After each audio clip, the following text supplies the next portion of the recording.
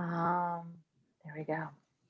Welcome all of you to the Athenaeum of Philadelphia's Afternoons with the Athenaeum program. I'm Beth Hessel, the Executive Director. You also have online staff members, Tess Galen, our events coordinator, who helps everything run so smoothly, and our two staff who will be leading this conversation today, Lois Reibach and Denise Fox. We're so glad you're here. If you're an Athenaeum member, you know you can always count on wonderful programming. If you are new, I hope you enjoy this program today. Our noontime programs, which are happening on a few Tuesdays a month, are designed to help all of us engage more deeply with some of the fascinating items we have in our rich collections. And if you have ideas of items you would love to learn more about, please do let us know, and we will consider them for future programs. We're putting together our winter and spring programs right now. Now today we're talking about the Enchanting Eiffel Tower, and this program is brought to you by Denise Fox, who's our collections care manager. And Denise, you want to wave your hands wildly so people can see you on the screen.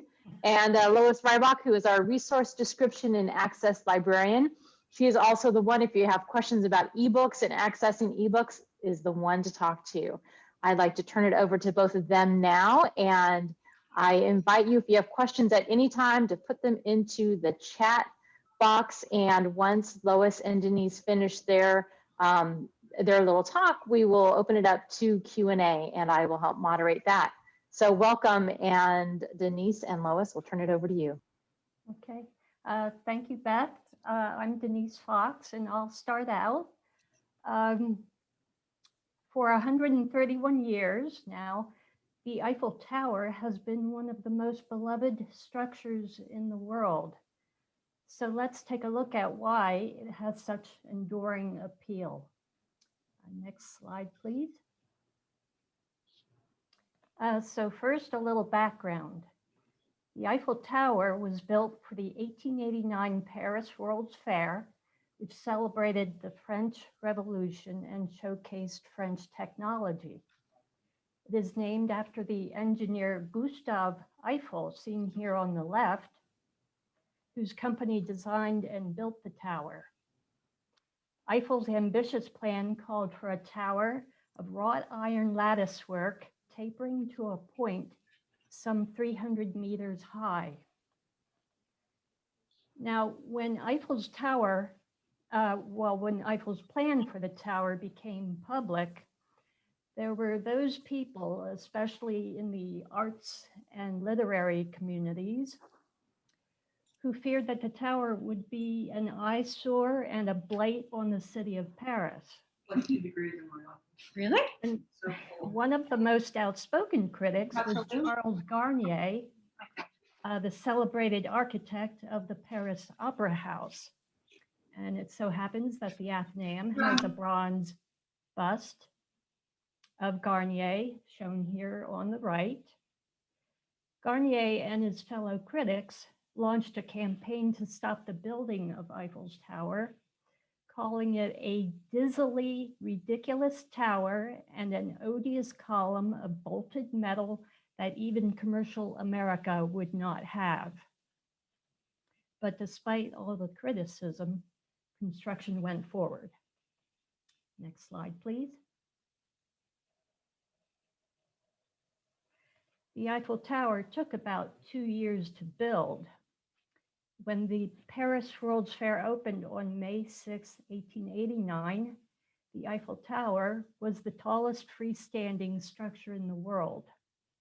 It was an engineering marvel. At 1,024 feet high, it was twice as tall as the previous tallest structure in the world, which was the Washington Monument. And from opening day, it was an overwhelming popular success. Next slide.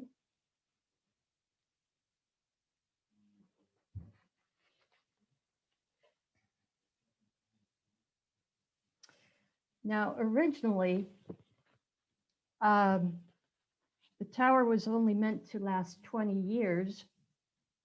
It was scheduled for dismantling in 1909, but instead the Paris authorities decided to spare it. Now, this postcard seen here postmarked July 25th, 1909, was mailed from a small post office actually located in the Eiffel Tower itself on the first level platform above the ground.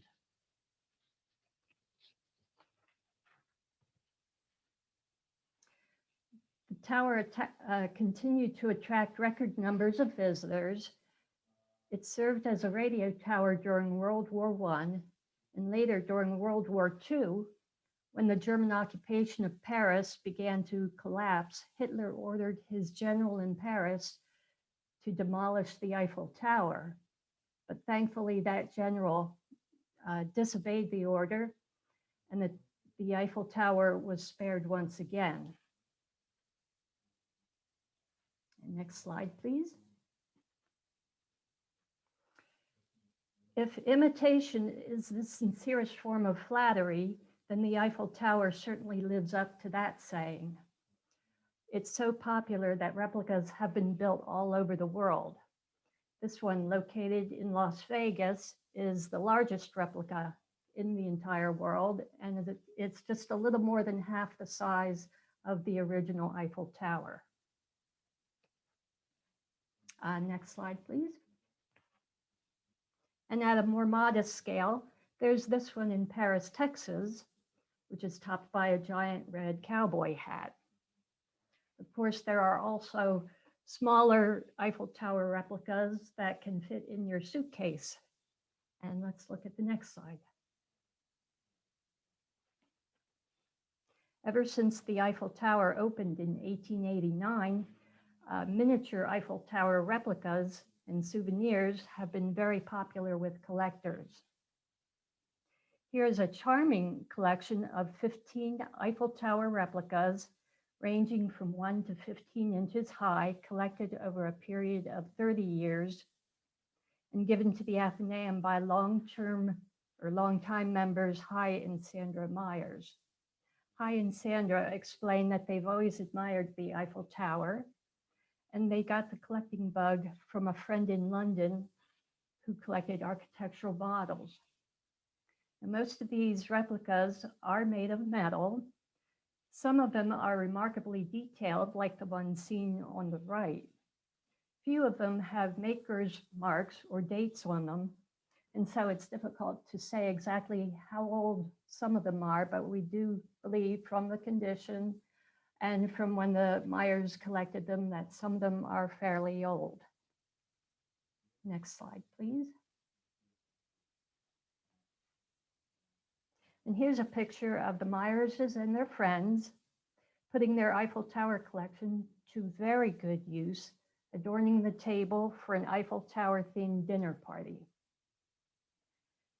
Gustav Eiffel himself said that the Eiffel Tower was an incredible monument, beautiful, majestic, and colossal, surpassing ordinary theories of art.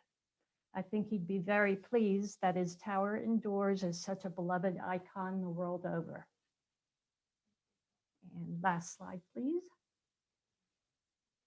I leave you with this picture of the Eiffel Tower at night, taken by Philadelphia photographer William H. Rao in the year 1900. And now Lois will tell us about some of the books that feature the Eiffel Tower.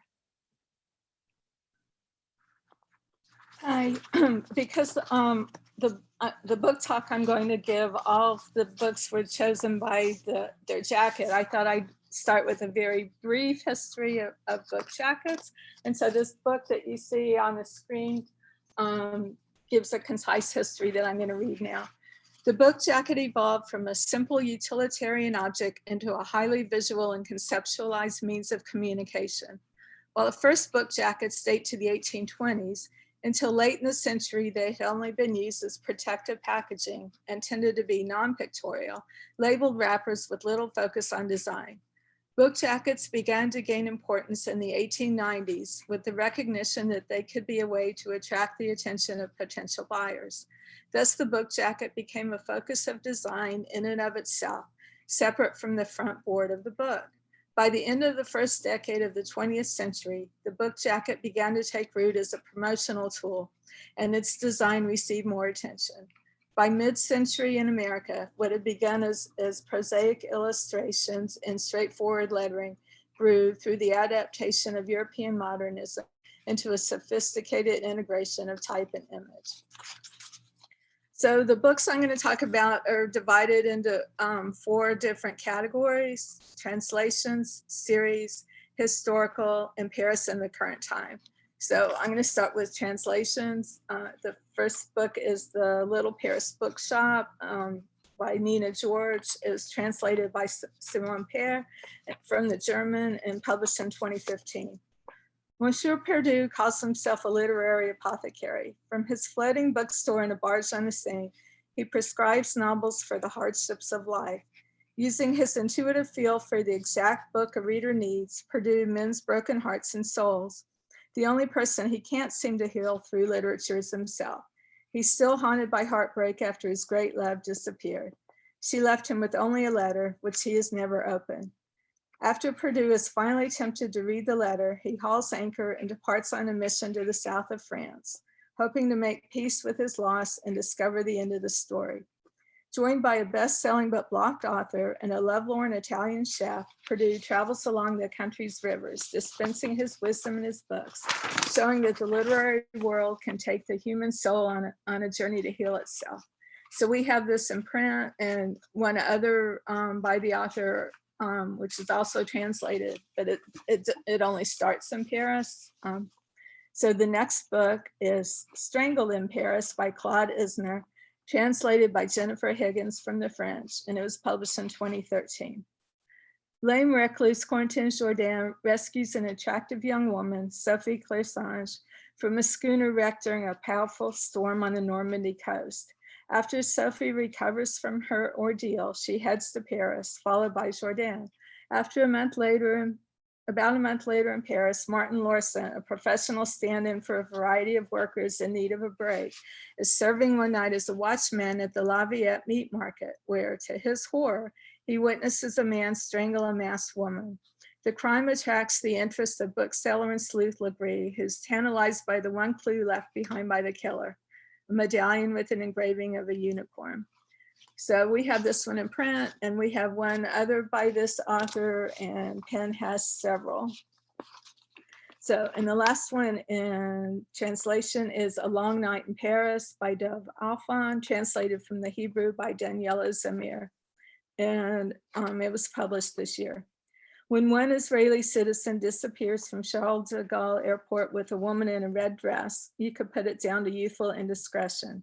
When a second from the same flight has disappeared from his hotel room by a girl with a gun, you might just have a diplomatic crisis on your hands. And we have this in print.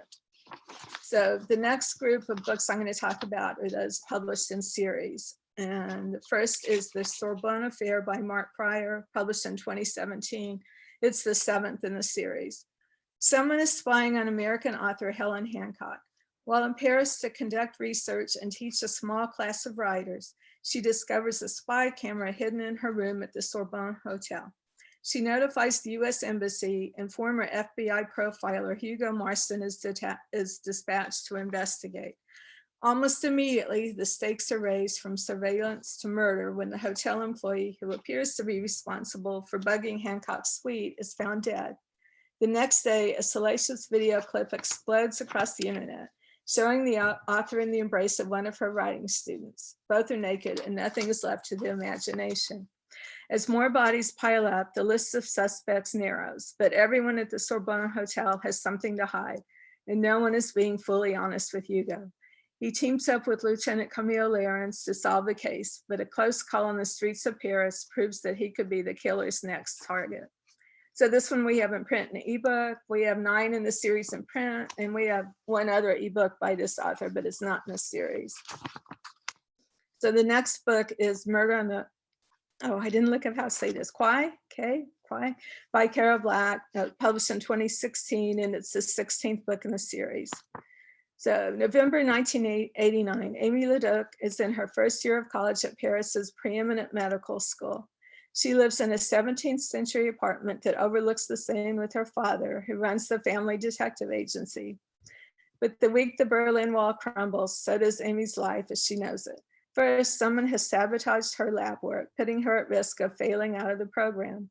Then she finds out her aristo boyfriend is planning to get engaged to another woman. And finally, Amy's father takes off to Berlin on a mysterious errand. He asks Amy to help out at the detective agency while he's gone, as if she doesn't already have enough to do. But the case Amy finds herself investigating, a murder linked to a transport truck of Nazi gold that disappeared in the French countryside during the height of World War II, has gotten under her skin. Her heart may not lie in medicine after all. Maybe it's time to think harder about the family business. So we have this book in print. We also have most of the series in print, and we have 4 of them in ebook. And Kara is going to be speaking early next year. So watch for the announcement of that. So the final book in series is The World at Night by Alan First, published in 1996, and it's book 4 in the Night Soldier series. So Paris, 1940. The civilized upper-class life of film producer Jean Casson is derailed by the German occupation of Paris. But Casson learns that with enough money, compromise, and connections, one need not deny oneself the pleasures of Parisian life. Somewhere inside Casson, though, is a stubborn romantic streak. When he's offered the chance to take part in an operation of the British Secret Service, this idealism gives him the courage to say yes. A simple mission, but it goes wrong, and Casson realizes, I'm sorry, my cat's misbehaving, realizes he must gamble everything, his career, the woman he loves, life itself. Here's a brilliant recreation of France, its spirit in the moment of defeat, its valor in the moment of rebirth. So we have several of these in print, and Penn does as well. So the next category is, is historical books. And the first one is Mistress of the Ritz, a novel by Melanie Benjamin, published in 2019. Nothing bad can happen at the Ritz. Inside its gilded walls, every woman looks beautiful, every man appears witty. Favored guests like Ernest Hemingway, F. Scott Fitzgerald, Coco Chanel, and the Duke and Duchess of Windsor walk through its famous doors to be welcomed and pampered by Blanche Ozello and her husband Claude, the hotel's director. The Ozellos are the mistress and master of the Ritz, allowing the glamour and glitz to take their minds off their troubled marriage and off the secrets that they keep from their guests and each other. Until June 1940, when the German army sweeps into Paris, setting up headquarters at the Ritz. Suddenly, with the likes of Hermann Goering moving into suites once occupied by royalty, Blanche and Claude must navigate a terrifying new reality, one that entails even more secrets and lies, one that may destroy the tempestuous marriage between this beautiful, reckless American and her very proper Frenchman. For in order to survive and strike a blow against their Nazi guests, Blanche and Claude must spin a web of deceit that ensnares everything and everyone they cherish. But one secret is shared between Blanche and Claude alone, the secret that, in the end, threatens to imperil both of their lives and to bring down the legendary Ritz itself. So this is based on true events. We have it in print, and Penn, we have one other book, as does Penn, and all of them are based on true events. So the next book is Paris, the novel by Edward Rutherford, published in 2013. This presents a multi-generational saga detailing the history of Paris, from its founding under the Romans to the hotbed of cultural activity during the 1920s and 1930s. It is an epic portrait of Paris that leaps through centuries as it weaves the tales of families whose fates are forever entwined with the City of Lights. The saga takes listeners on a journey through thousands of years of Parisian history, through intimate and vivid tales of characters, both fictional and true. The sights, scents, and tastes of Paris come to life. So we have this in print and one other by this author, and Penn has two additional titles, and all of these stories are based on cities. Next is To Capture What We Cannot Keep by Beatrice Collins, published in 2016. In February 1887, Katrina Wallace and Emile Nougier meet in a hot air balloon floating high above Paris, a moment of pure possibility. But back on firm ground, their vastly different social strata become clear. Kate is a widow who, because of her precarious financial situation, is forced to chaperone two wealthy Scottish charges. Emile is expected to take on the bourgeois stability of his family's business and choose a suitable wife. As the Eiffel Tower rises, a marvel of steel and air and light, the subject of extreme controversy and a symbol of the future, Kate and Emile must decide what their love is worth. So we have this in print, and Penn has two others by this author. So the next title is The Ways of the World, a James Maxted thriller by Robert Goddard, published in 2015. 4 years of horrific fighting have finally ended on the battlefield, but in the spring of 1919, Paris is filled with delegates from around the world who are still trying to hammer out the terms of peace. One such delegate is British diplomat Sir Henry Maxted, in charge of liaising with the Brazilians regarding seized ships. But before a deal is reached, Sir Henry turns up dead outside a Montparnasse apartment building, apparently having fallen from the roof. His sons Max and Ashley are sent to Paris to collect the body, and it quickly becomes clear that the theory the French police have put forward is flawed. But since the murder of a diplomat could be disastrous for the peace conference, no one is keen to ask questions except Max. So we have this in print, and we have one other by this author, and Penn has several. The next title is The Collectors Apprentice by B.A. Shapiro, published in 2018. In this surprising noirish page turner, B.A. Shapiro once again takes readers into the world of art, glamour, and mystery. Accused of helping her fiancé steal her family's fortune and her father's art collection, Pauline Mertens has fled to France. To protect herself from the law and the wrath of those who lost everything, she has created a new identity. Pauline, aka Vivian, takes a position working for an American art collector modeled after real-life eccentric museum founder Albert Barnes, and quickly becomes caught up in the 1920s. In the 1920s Paris of artists and expats, including post-impressionist painter Henri Matisse and writer Gertrude Stein. From there, she sets out to recover her father's art collection, prove her innocence, and exact revenge on her ex-fiancé. B.A. Shapiro has made the historical art thriller her own, and once again, she gives us an unforgettable tale about what we see and what we refuse to see. So we only have this as an ebook, and Penn has it in print. And the last section I'm going to talk about is Paris in the Current Time. The first book is The Paris Diversion by Chris Pavon, published in 2019.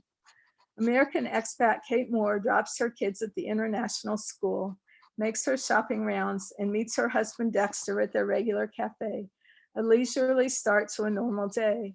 Across the scene, tech CEO Hunter Forsyth stands on his balcony, perplexed that his police escort just departed and frustrated that his cell service has cut out. Hunter has important calls to make, not all of them technically legal. And on the nearby route of Rivoli, Mahmoud Khalid climbs out of an electrician's van and elbows his way into the crowded courtyard of the world's largest museum in the epicenter of Western civilization. He sets down his metal briefcase and removes his windbreaker. And that's when people start to scream.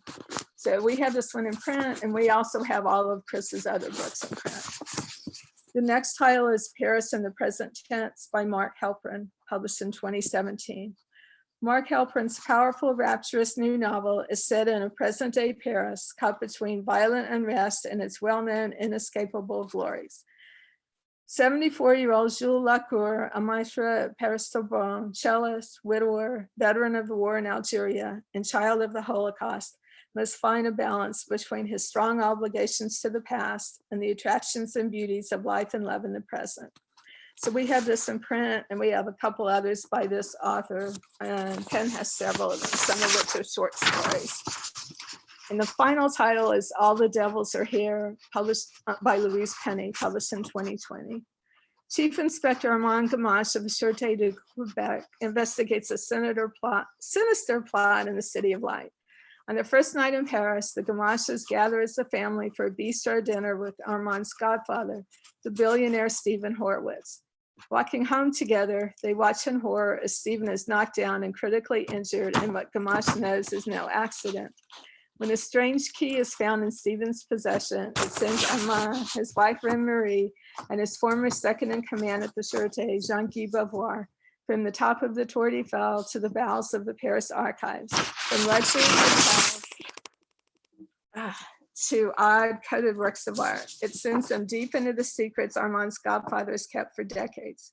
A gruesome discovery in Stephen's Paris apartment makes it clear that the danger is far greater and more imminent than they realized. Soon the whole family is caught up in a web of lies and deceit. In order to find the truth, Gamache will have to decide whether he can trust his friends, his colleagues, his instincts, his own past, and his own family. So this book is actually in the Chief Inspector Gamache series, but I didn't include it with series because it's the only one that's set in Paris. All the rest are set in Canada. But we do have most of the book series in print and several in ebook. So thank you very much.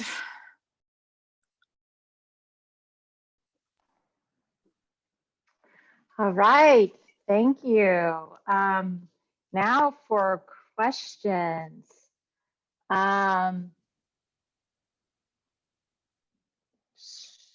Just please enter questions here. If anybody's read any of these books and wants to make recommendations, you can note in here that you want to say something and we'll call on you also.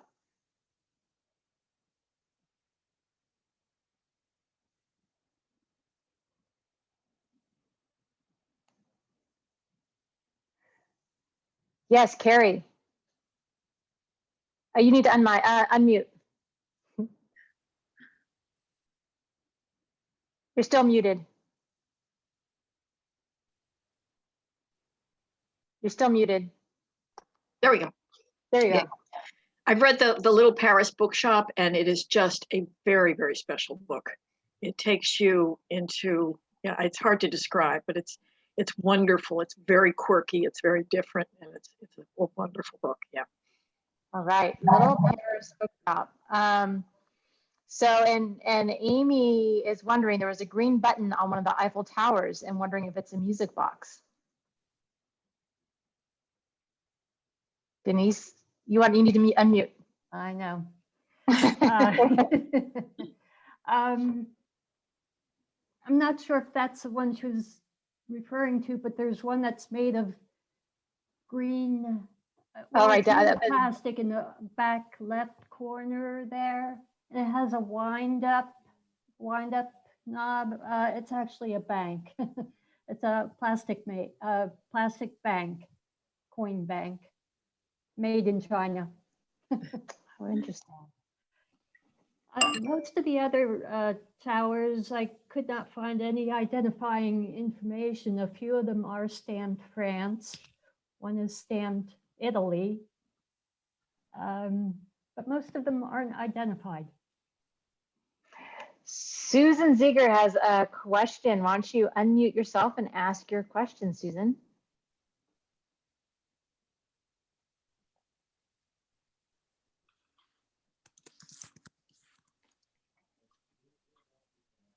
Susan on with phone or something. We don't have you. I can't see your face, but do you want to unmute yourself, Susan? Or else you can type your question to me. In the meantime, Deb says she's read several of the Cara Black mysteries and loved them. Good mysteries and each focus on a different part of Paris. Lois, do you want to share anything? I know that you've noticed that Cara Black is also really popular. Well, I did mention she is going to come speak in one of these noon talks at the end of next month. So people should watch for the announcement of that.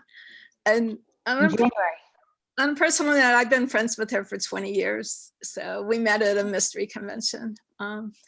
So it's been fun. I only get to see her at conventions, but it's been fun. So here, when you're able, everybody's able to come back into the office, you can shake hands with Lois and you will shake a hand that's shaking hands with Cara Black. Okay, great. Susan is back. Susan, do you want to unmute yourself to ask your question? Okay, I pushed something wrong and There we go. Away. First of all, this is a view from my window in Aix-en-Provence 2 years ago. Anyway, not Paris.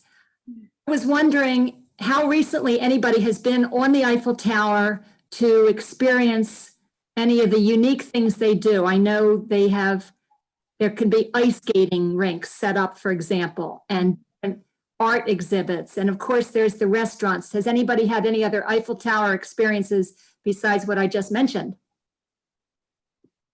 Oh, that's a great question. If anybody wants to either put in the chat or unmute yourselves and share your experiences on the Eiffel Tower. I've been at the base of it a number of times and I've never been able to go up, unfortunately. And now I can't wait to go do that. So Tess will email, per Marianne's request, Tess will email the list of the books that Lois shared to everybody after the talk. So you can start checking and get them, as some of them are available as ebooks, some just as print and some as both, but you can contact Jill and get the books to read. Oh, Robin has read that there's a champagne bar at the top. What more perfect place to pop a bottle of champagne and do a toast? There was also originally, when the tower was built, an apartment made specifically for Gustav Eiffel. And I think that's at the top level. Supposedly that apartment is still there and it's been restored to look like what his apartment looked like. I think that would be pretty cool to see. Yes, it's Absolutely. It's like a little museum. It has the history of the Eiffel Tower up. If you get all the way up to the top level, it shows you his apartment. I always wondered what he did about a bathroom, a toilette. Yeah. Yeah, that's a lot of stairs to run down in the middle of the night. So Amy says that she had a hot dog at the top. So that's fun too, unless your mustard and relish drips down and hits the person on the ground below you. Lois says the post office was still active 15 years ago, as a friend sent me a letter postmarked from there. How fun. Cool. We may need to plan an Athenaeum visit to the Eiffel Tower. I know Hi and Sandra, who donated this collection, are on this program. Do either of you want to say anything about the collection and why it's meaningful to you? If you do, you can unmute.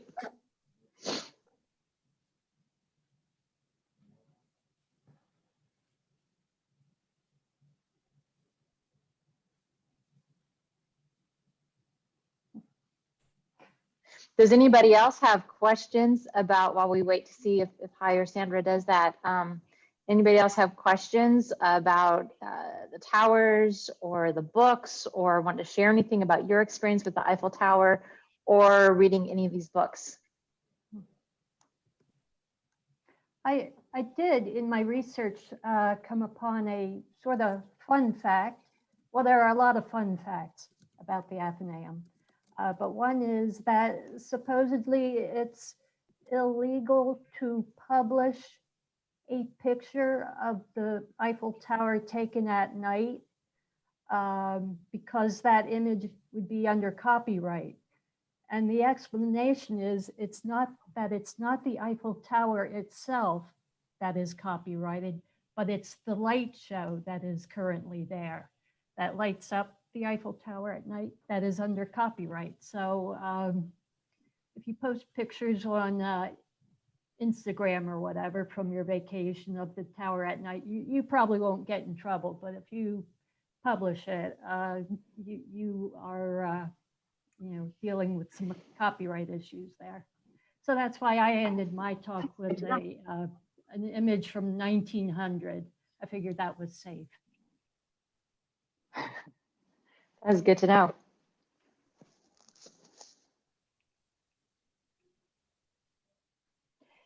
What I'm curious to know from you all is, as Lois shared these books with the covers, how influential is a book's cover in getting you to pick up a book and read it? You can go ahead and unmute if you want to answer anybody. That's fine. I always don't mind admitting that I judge books by their cover. It's hard not to. People put a lot of work into them. They deserve to be seen, and if they're not very good, I will notice. Like the book I just checked out from Penn. What is this? This is nothing. So I think a book cover is very important.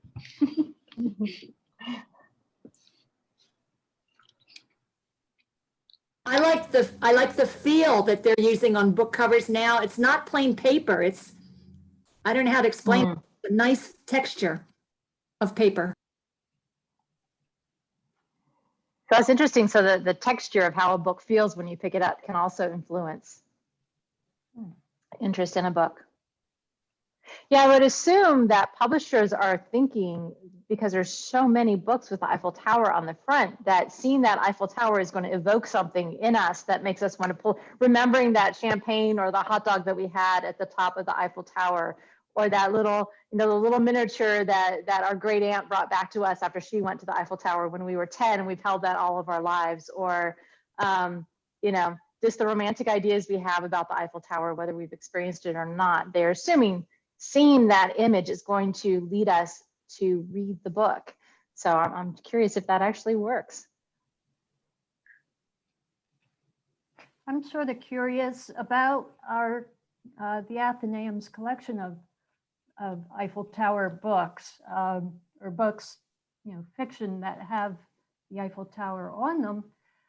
I was surprised we had so many. Was that by design, or it just turned out that way?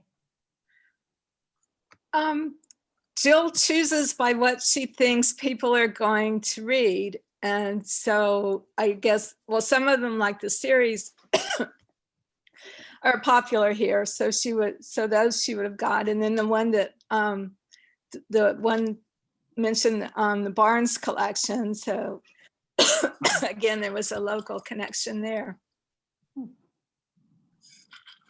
So, and Marianne also says that a good cover makes her pick the book up, but she always reads the liner notes to see if she's interested in reading. And I bet most of us could raise our hands and say we probably do that too. She also uses Goodreads and the Modern Mrs. Darcy websites. Oh, the Modern Mrs. Darcy, very fun. I went on Etsy yesterday and bought a bunch of Pride and Prejudice pencils for my daughter's stocking for Christmas. Each one has a different little quote written on the edge. I know she's in school right now, so she won't hear it. You better not tell her. But it was very fun to find all. There's a whole world of Jane Austen. Unfortunately, I don't think she features the Eiffel Tower in anything because she's very English based. So Tess said, head back across the Atlantic and join us tomorrow night to learn about the French influences in Philadelphia. This is, just a reminder about tomorrow night's program, Salute, the French in Philadelphia, with Lynn Miller and Terry Dolan. Their book has just come out. It's fantastic. I haven't been able to actually hold it yet because as soon as we got it in the library, it's just been going out. People have been reading it, but she has the thing. Susan, you have an anecdote, but let me get to Samira's question. Has anyone read Hemingway's A Movable Feast? It's set in Paris. Does he have any scenes set at the Eiffel Tower, or is it mostly bars and cafes? That's a great question. I don't remember. Does anybody else remember? I didn't read it. Maybe Tess, you can add that to the list though of books that have been mentioned. Also, Robin notes that Jhumpa Lahiri wrote an essay on the topic of book covers called The Clothing of Books. Now I want to read that. She's an amazing author too. So see what she says. And Jill says she buys books about Paris because our members like books set in Paris. So there we go. Susan, you want to share your anecdote? So I took my middle school students to France a number of times. And one time we went to the Eiffel Tower on the first day. There's lots of things you can purchase on the Eiffel Tower, as was mentioned earlier. Salt and pepper shakers in the shape of Eiffel Tower, just all kinds of things. Anyway, one of the boys in my group, a 13-year-old, came up to me and said, Madame, I lost my camera. And he bought a camera on the Eiffel Tower to replace the one he had lost. And I always thought that was quite an interesting way to spend all your budget in one shot. Middle schoolers. What kind of- Yes. But he had a camera. That would have been a very important thing on a trip, to have your camera before you had the little cell phones that would take photos of everything. Does anybody else have any book suggestions, thoughts about the books that we have listed here, questions about the Eiffel Tower, thoughts about Paris, book covers? Well, we've always promised that we aim to keep these programs at about half an hour, so you have time to enjoy during your lunch hour, and can look forward to the next. And so we are so really pleased that you all showed up. It's been so much fun. You've now got a list, which Tess will be sending to you, of more books for you to consider reading about Paris and the Eiffel Tower. And we look forward to seeing most of you tomorrow night also at the Salute program. And oh yes, Tess says, another one coming up this spring, Laurie Olin on his France sketchbook. It's a beautiful sketchbook. He'll be doing a program. Yes, merci beaucoup to everybody. Jennifer, my favorite memory is watching a couple get engaged on my first visit to the tower. And Robin suggests The Paris Architect by Charles Belfour. So there's another one, Tess, to get down. And we wish everyone a wonderful afternoon and can't wait to see all of you again soon.